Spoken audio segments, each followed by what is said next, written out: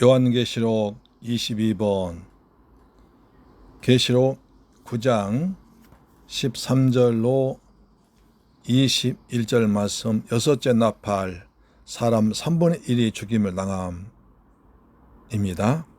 여섯째 천사가 나팔 불림에 내가 들으니 하나님 앞 금단 네 뿔에서 한 음성이 나서 나팔 가진 여섯째 천사에게 말하길 큰 강 유브라데 결박한 네 천사를 놓아주라 하매. 계시록 9장 13절로 14절입니다. 여섯째 천사의 나팔장 즉 둘째 화는 유브라데 결박한 네 천사를 놓아줌으로 시작됩니다. 그런데 이 재앙이 하나님 앞 금단 네 뿔에서 한 음성이 나서 시행이 되게 된다는 점입니다. 금단은 향단을 가리키는 말이나 곧 기도를 상징합니다. 기도에는 뿔로 상징된 권세가 있으며 이 재앙은 성도들의 기도 응답으로 시행됨을 말씀해 주고 있는 것입니다. 유브라데는 이스라엘 동북편에 있는 강인데 강대국들과의 인접해는 국경선입니다. 그러므로 유브라데 하면 이는 격전의 장소를 일컫는 대명사였던 것입니다. 에레미야서를 보면 이스라엘을 대적한 열국들을 심판하실 것을 그날은 만군의 여호와께서 그 대적에게 원수가 없는 보수일이라 주 만군의 여호와께서 북편 이스라엘 유브라데 하숫가에서 희생을 내실 것이미로다. 에레미야 46장 10절 하고 유브라데에서 심판하실 것을 말씀하십니다. 본문은 그에 대한 반영이라 할 수 있는데 그곳에 결박당해 있던 네 천사를 풀어주라 하심은 엄청난 재앙을 예고해 주는 것입니다. 그러므로 결박한 네 천사란 약간 악한 천사라고 보아야만 할 것입니다.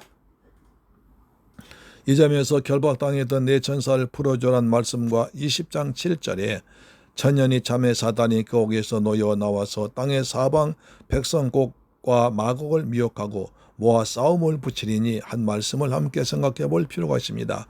풀어주고 놓아주라 하시면 그들을 결박하여 가둔 상태임을 나타냅니다. 언제 이런 일이 일어났습니까? 주님께서 내가 세상을 이겨노라 즉 선지자 십자가로 승리하신 때라고 밖에는 달리하는 설명할 길이 없습니다. 풀어주고 놓아주라 하시면 사탄의 활동이 하나님 허용작전 가운데 들어가 있음을 나타내고 있습니다. 그렇다면 왜 허용하시는 것일까요? 네 천사가 놓였으니 사람 3분의 1을 죽이기로 예비한 자들이라 합니다.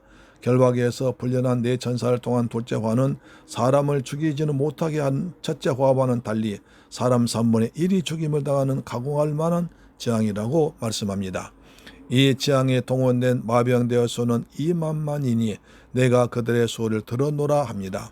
2만만이란 이 억을 가리키는 말인데 이들은 노임을 받은 네 천사 거느리는 마병대로 보입니다. 이런 황충의 내습으로 인하여 해가 어두워지는 것과 같은 엄청난 수를 가리킵니다. 이런 말씀은 대하게 되면 우선적인 관심은 이 2억이나 되는 마병대 실체는 무엇인가? 이런 일이 이루어지는 그 연원 일시가 어쩐지 이를 족집게처럼 풀어줘야만 계시록을 잘 해석한 양 생각하게 됩니다. 그래서인지 성경 이에 대해서 침묵하고 있습니다. 왜냐하면 이를 통해서 말씀하고자 하는 바는 그런 호기심을 풀어주는 데 있는 것이 아니라 이제는 더 참으시거나 기다릴 수가 없다는 심판의 날이 찼다는 경고이기 때문입니다. 그 점이 결박한 네 천사를 놓아주라는 데 드러납니다. 세상 이만큼이나 지탱해 나갈 수 있는 것은 하나님께서 사방 바람을 붙잡아 불지 못하게 하시고 계시록 7장 1절 악한 영들의 활동을 결박해 두셨기 때문이라고 밖에는 달리는 설명할 길이 없는 것입니다. 그런데 이를 풀어준다는 것은 걷잡을 수 없는 대혼란과 아비의 교환 같은 아수라장이 될 것을 예고해 주는 것입니다. 와병대 수는 2만만인데 라고 있는데 이는 문자적인 의미가 아님을 분명해 보입니다. 과거에도 그랬거니와 앞으로 있게 될 어떤 전쟁에 2억이나 되는 마병대가 등장을 하는 것은 상상할 수 없는 일이기 때문입니다. 20장 8절에 다 사탄이 옥에서 놓여 나와 땅의 사방 백성을 미혹하여 싸움을 붙이리니 그 수가 바다 모래 같으리라 하는데 2만만이란 수는 그런 부지기 수를 말하는 것일 것입니다. 그렇다면 이 재앙이 어떤 양상으로 나타나게 될 것인가? 제3차 세계대전과 같은 물리적 전쟁으로 나타나게 될 것인가? 아니면 영적으로 나타날 것인가? 이것이 큰 어려운 것입니다. 그런데 본문을 관찰해 보면 이는 쌍방이 싸우는 전쟁이기보다는 일방적으로 시행되는 재앙의 양상을 보게 됩니다. 이를 가리켜서 내 전사가 놓였으니 사람 3분의 1을 죽이기로 예비한 자들이더라 합니다. 또한 마병될 묘사함에 있어서 그 탄자들 즉 기수에 초점 맞춰 있는 것이 아니라 말들의 머리는 사자머리 같고 그 입에서는 불과 연기와 유황이 나오더라. 이 말씀의 힘은 그 입과 그 꼬리에 있으니 하고 사람에 의해서가 아니라 말에 의해서 즉 죽임을 당하는 것을 보게 됩니다. 이런 점으로 보아서 악령에 의한 영적 장으로 열 수밖에 없습니다. 이렇게 말한다고 해서 전쟁을 배제하고 있는 거 아닙니다. 하나님이 허용하시면 악령의 활동에 따라서 전쟁도 일어날 수 있는 것입니다. 다만 이 마병대의 재앙이 3차 대전을 가리키는 것이 아니라는 점을 말씀드립니다. 그렇다면 이 2만만의 마병대의 재앙이 오늘날엔 어떤 의미가 있는 것일까 생각해 봅니다. 귀신 들린 자가 내 이름은 군대니 우리가 많으면이다 하고 말한 사실이 도움을 준다고 했습니다. 귀신은 자신을 군대라 말하면서 많다고 말했습니다. 그 귀신은 인간을 파멸로 몰아넣었습니다. 그때 주님은 더러운 귀신아 그 사람에게서 나오라 마가복음 5장 8절 명하셨으나 계시록에서는 들어가도록 허용을 하고 있으며 그때는 귀신이 돼지 떼에 들어가기를 구했으나 계시록에서는 사람에게 들어가도록 허용하고 있는 것입니다. 그때 귀신은 무적갱으로 들어가라 마시기를 누가복음 8장 31절 구했으나 계시록에서는 무적갱을 열어주고 9장 2절 이런 것으로 나타나고 있습니다. 그러므로 2만만의 마병들아 사탄의 세력을 발동 허용하시는 것으로 여겨집니다. 이 점은 말에 대한 묘사에서 나타나고 있는데 다섯째 재앙 때 등장한 황충의 묘사와도 유사합니다. 그렇다면 여섯째 재앙에서는 황충 대신 마병대로 상징된 악한 영들이 인간의 의식과 사상을 지배하여 파멸로 몰아넣고 있는 것으로 여겨집니다. 그 강도가 마병대와 황충 대조에서 나타나듯이 비교도 되지 않을 만큼 참혹하리라는 것입니다. 이는 실제적인 전쟁보다도 더욱 비참한 전쟁이요 육신의 죽음보다도 더욱 참혹한 결과를 초래하게 된 것입니다. 군대 귀신 들린 자의 상태가 어떠하다고 말씀하고 있는 걸 보십시오. 그 사람은 무덤 사이에 거처하는데 이제는 아무나 쇠사슬로도 맬 수가 없게 되었으니 이는 여러 번 고랑과 쇠사슬에 매었어도 쇠사슬 끊고 고랑을 깨뜨렸음이라. 그리하여 아무도 저를 제어할 힘이 없는지라. 밤낮 무덤 사이에서나 산에서나 늘 소리 지르며 제 몸을 상하고 있었더라. 마가복음 5장 3절 5절. 늘 부인할 수 없을 것입니다. 진화론 자들은 세상은 점점 진화되어 가므로 새 지상 낙원이 이루어지라고 낙관하였으나 오늘의 징조는 귀신 들린 돼지떼가 배탈로 내리달아 바다에서 몰살 마가복음 5장 13절 하는 양상인간에게서 나타나고 있는 것입니다. 이것이 훗날의 이야기 아니냐는 오늘의 현실로 나타나고 있습니다. 어쩌다 이 지경이 되고 말았습니까? 무신론적인 사상과 물질 만능의 가치관으로 말미암아 인간의 심령이 파괴되어 가고 있기 때문입니다. 그리고 그 범위가 청년, 장년, 청소년, 유년으로 확대되어 3분의 1이나 되도록 기하급수적으로 늘어가고 있는 것은 아닐까요? 그리하여 아무도 저를 제어할 힘이 없는지라 이 상태로 되고 있는 거 아니겠습니까? 사도 바울은 동일한 영에 의해서 세상이 이렇게 된 것을 예언하고 있습니다. 내가 이것을 알라 말세 고통하는 때가 이르리니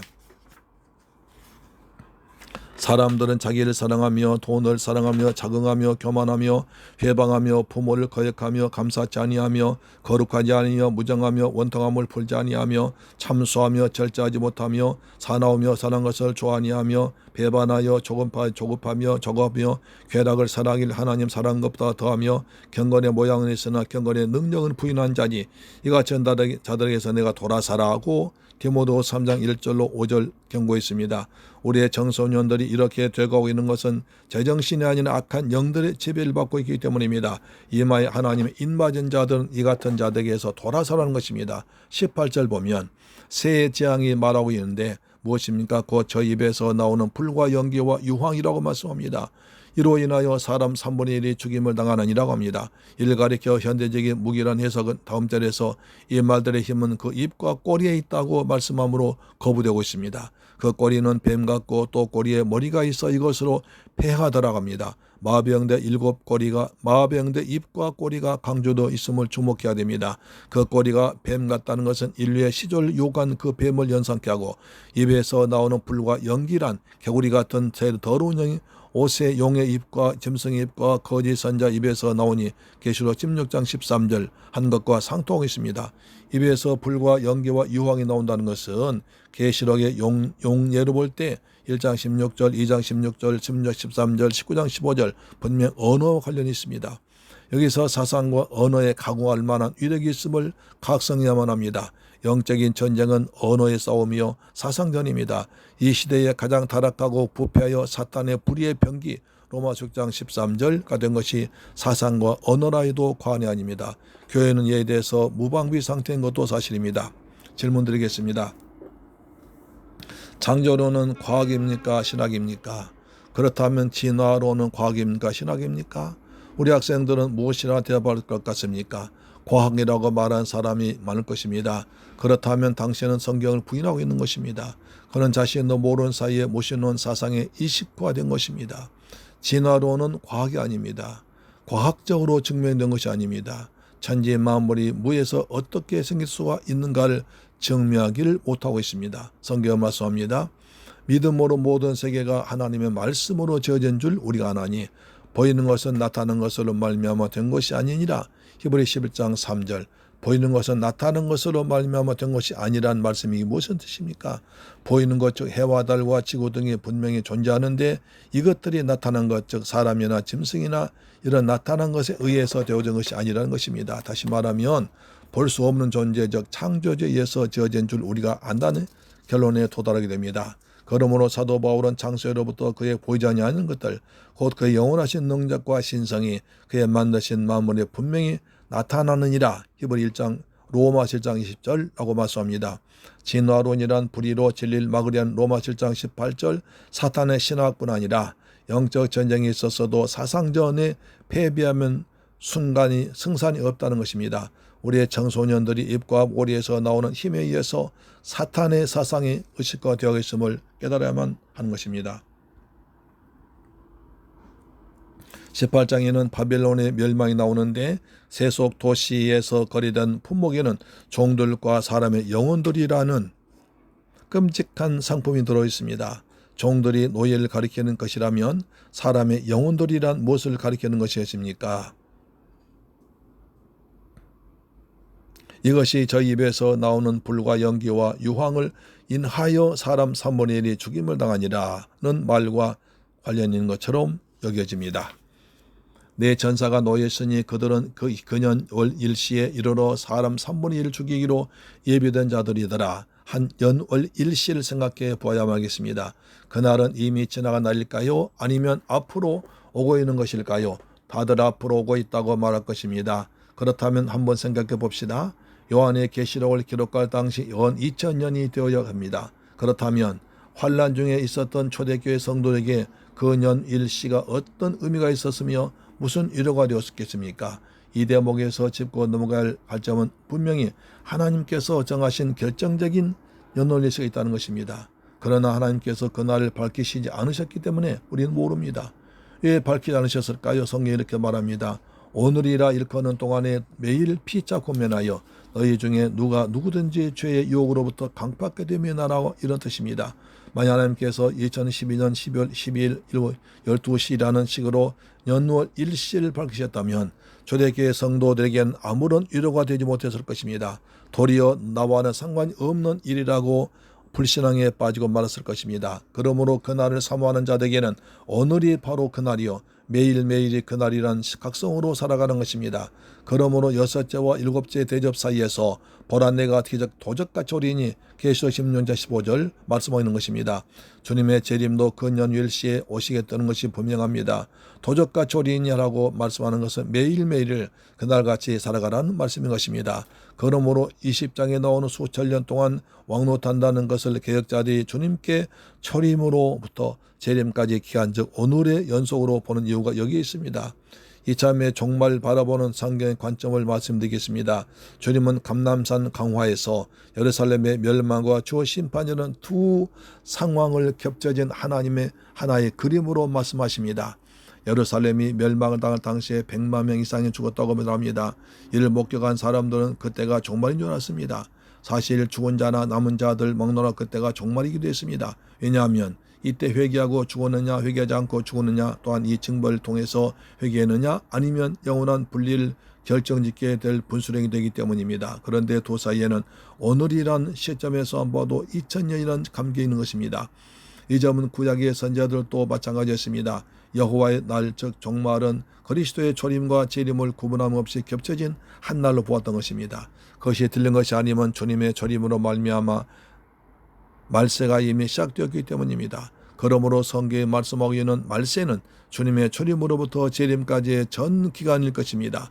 이 점을 무시하게 되면 계시록에서 일던 종말의 어느 한순간에 되어질 일로 혼돈하게 되는 것입니다. 아닙니다. 초림으로부터 재림까지의 기간에 계속되다가 종말의 결정적인 연월 일시에 대단원의 막을 내리게 되는 것이 계시록의 재앙입니다. 이제 9장의 결론이요 중심적인 말씀은 20절로 21절 말씀을 참고해 봅시다. 이 재앙에 죽지 않고 남은 사람들은 그 손으로 행하는 일을 회개치 아니하고 오히려 여러 귀신과 또는 보거나 듣거나 다니거나 하지 못하는 금, 은, 동과 목석의 우상에게 절하고 또 그 살인과 복술과 음행과 도적질 회개치 아니하더라 합니다. 이는 재앙을 통해서 회개할 것을 기대했다는 말이 되는 것입니다. 그러나 회개치 아니하다고 한 말을 두 번이나 반복하여 강조하고 있습니다. 그렇다면 회개하여야 할 죄목이 무엇입니까? 그게 두 가지입니다. 첫째는 하나님과의 관계에서의 죄입니다. 여러 귀신과 또는 보거나 듣거나 다니거나 하지 못하는 금은동과 목석의 우상에 절하고 한 우상 숭배입니다. 그들도 경배를 드리고 있다는 것입니다. 다만 예배 대상은 썩어지지 아니하는 하나님의 영광을 썩어질 사람과 금수와 버러지 형상의 우상으로 바꿨을 뿐이라고 로마 7장 23절 뿐입니다. 둘째는 사람과의 관계에서의 죄입니다. 그 살인과 복술과 음행과 도적질이 여기에 해당됩니다. 이것이 경건치 않음과 불의입니다.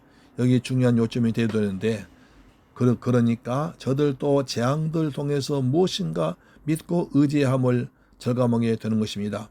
그런데 사시고 참되신 하나님은 아니라 우상이란 말입니다. 이 점이 회개치 아니하고 오히려라는 묘사를 통해서 나타나고 있습니다. 그렇다면 다음 장에서 4분의 1, 3분의 1을 치는 재앙에서 2분의 1을 치는 재앙으로 강화해야 하겠습니까? 2만만의 마병대가 인류의 3분의 1을 죽이는 재앙의 날에 교회의 할 역할은 무엇이겠습니까? 아멘.